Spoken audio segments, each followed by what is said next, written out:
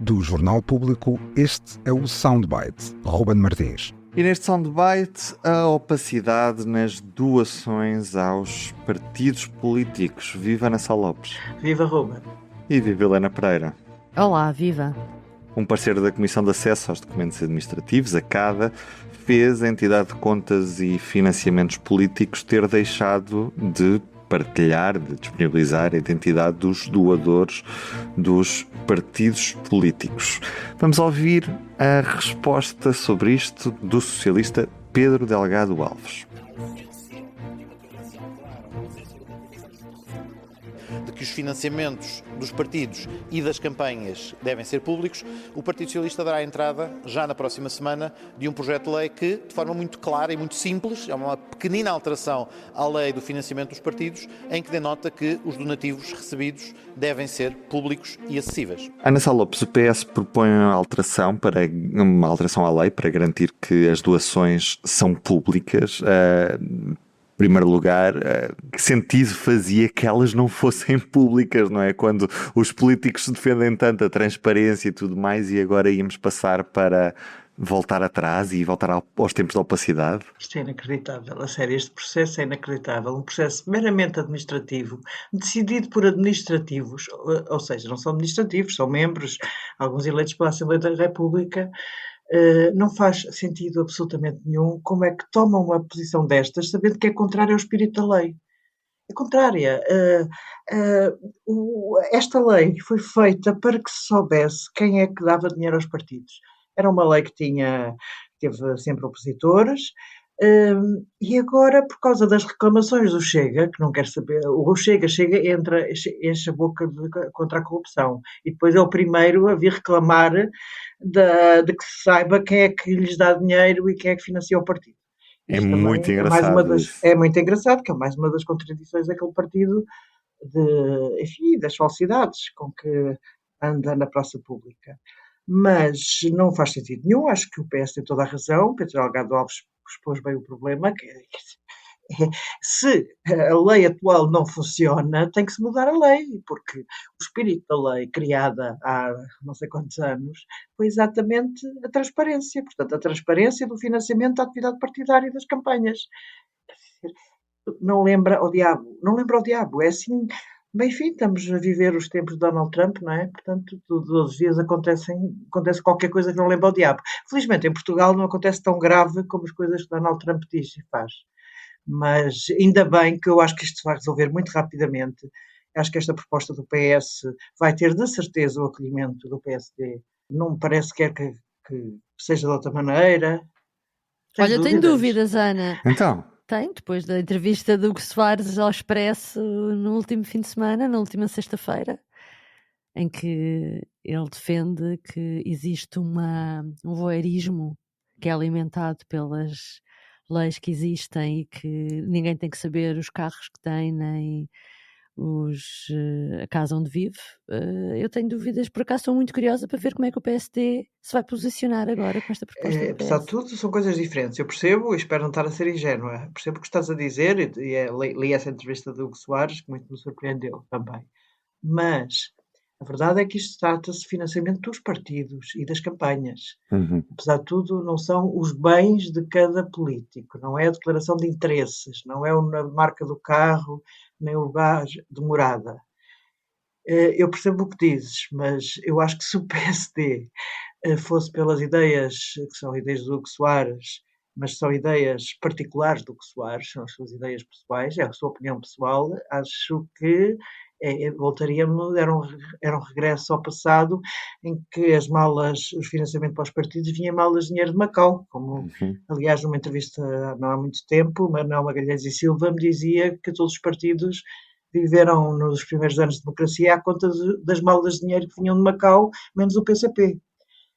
Não acredito que voltemos a esse passado e não acredito que o PSD esteja fora da lei que será aprovada para esclarecer, como a própria entidade também quer que se esclareça esta questão. Quer dizer, a lei foi feita para a transparência, não foi feita para a opacidade. Parece-te, Helena, que há uma séria vontade de resolver isto rapidamente? Eu acho que da esquerda sim, porque nós ouvimos o PCP e o Bloco fizeram logo hoje 2 comunicados em que dizem expressamente que não se opõem à divulgação e que nunca defenderam que não fosse público. Pedro Delgado Alves vai falar hoje e do lado da direita não ouvimos ainda, não é? O PSD ainda não se pronunciou. E não sabemos como é que... E sabemos, nomeadamente, que o Chega foi um dos partidos que, aliás, que até tem se oposto a comunicar à própria entidade das contas alguns dos seus financiadores, alegando que os bancos não querem dar os dados sobre quem é que deposita o dinheiro nas contas, quando eles próprios sabem, não é? Porque têm essa informação, não precisam de pedir, não precisam dizer que é os bancos que têm que autorizar, não é? Vamos ver se há essa vontade. Ainda durante o dia de hoje, a Margarida Salema, que presidiu a entidade das contas, antes desta entidade como existe hoje, porque esta entidade é nova, e ela dizia e referia bem que há um regulamento que foi aprovado no Parlamento Europeu e que eu há pouco fui consultar, que diz expressamente que o escrutínio também se faz pela publicitação. E tem uma regra que eu nem sabia que era assim, que é, não é obrigatório divulgar até 1.500 euros de donativos anuais. Isto para fundações e partidos políticos.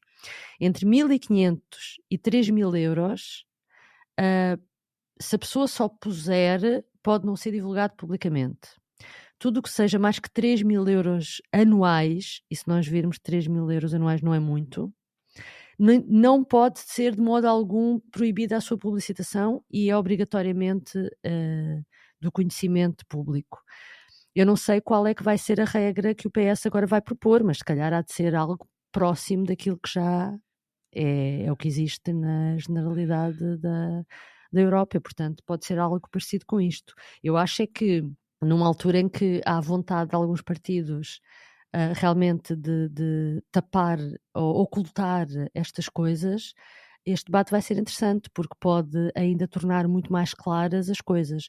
Agora, que é estranho como é que esta entidade das contas deriva de uma alteração à lei que acho de 2019 e depois esta entidade demorou vários anos até ser depois de sair do papel, porque era preciso orçamento do Tribunal Constitucional e uma série de coisas para conseguir começar a funcionar.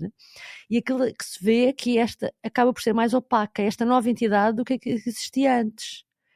E isso é inacreditável. Inacreditável. E depois há uma coisa estranha que é, por isso é que eu tenho dúvidas sobre a posição do PSD. A própria composição da CADA, da Comissão de Acesso a Documentos Administrativos, é ela também uma composição muito partidária, porque tem membros indicados pelo Presidente da Assembleia da República, pelos partidos, pelo Governo Regional dos Açores, pelo Governo Regional da Madeira, quer dizer, e portanto há aqui toda também as coisas mudaram nos últimos anos e, portanto, também pode-se dizer que é uma coisa mais próxima do PSD ou da direita que está no poder. E, portanto, olha, ainda bem que vai haver essa clarificação e assim vai-se perceber claramente o que é que também, quais são as posições dos partidos e não pode haver aqui coisas dúbias, não é? E vamos ver o que é que diz o Chega, e o que é que diz o PSD, e o que é que diz a Iniciativa Liberal. E vamos ver quem acena com a corrupção se não gosta de ser escrutinado. E deixa-me só dizer uma coisa, Ruben, porque eu estava-me a lembrar, aqui em 2016, quando eu estava no Observador e com a Liliana Valente, ela fez um trabalho na altura que foi, graças àquilo que era o entendimento da então entidade das contas, que era presidida pela Margarida Salema, ver quem eram os donativos, e nós vimos um dos trabalhos que nós fizemos na altura tinha a ver com os candidatos presidenciais e outros com os partidos também. E tu vias que, por exemplo, havia muitas pessoas, era engraçado, que davam dinheiro igualmente, o mesmo valor para vários candidatos e para vários partidos. Havia a família, na altura que eu me lembro, era a família dona da Motengil, que dava iguais valores ao PSD como ao PS. havia famílias do universo do Grupo Espírito Santo que deram dinheiro para a campanha de Cavaco Silva, e foi possível fazer um trabalho sério e com todo o interesse jornalístico, interesse público, e não é voyeurismo. E ninguém é obrigado a doar, ninguém é obrigado a fazer donativos e, portanto, exatamente, as regras existem, as pessoas, com base nas regras que existem, têm que perceber se estão interessadas em fazer ou não, pronto. E não é como é que se diz, não há aqui nenhum striptease, é o contrário disso. E, portanto, vamos ver se vai ser possível no futuro voltar a fazer trabalhos jornalísticos que já foram feitos. Está feito por hoje este Soundbite. Um beijinho, até amanhã. Beijinho, até amanhã. Até amanhã. O nosso mundo é, agora, o mundo de Donald Trump. Os autoritarismos crescem, o direito internacional é uma ficção, instituições como a NATO ou as Nações Unidas estão em crise existencial. Desde que tivemos a vaga democrática dos países de leste após a queda do Muro de Berlim, que a democracia nunca esteve em níveis tão baixos.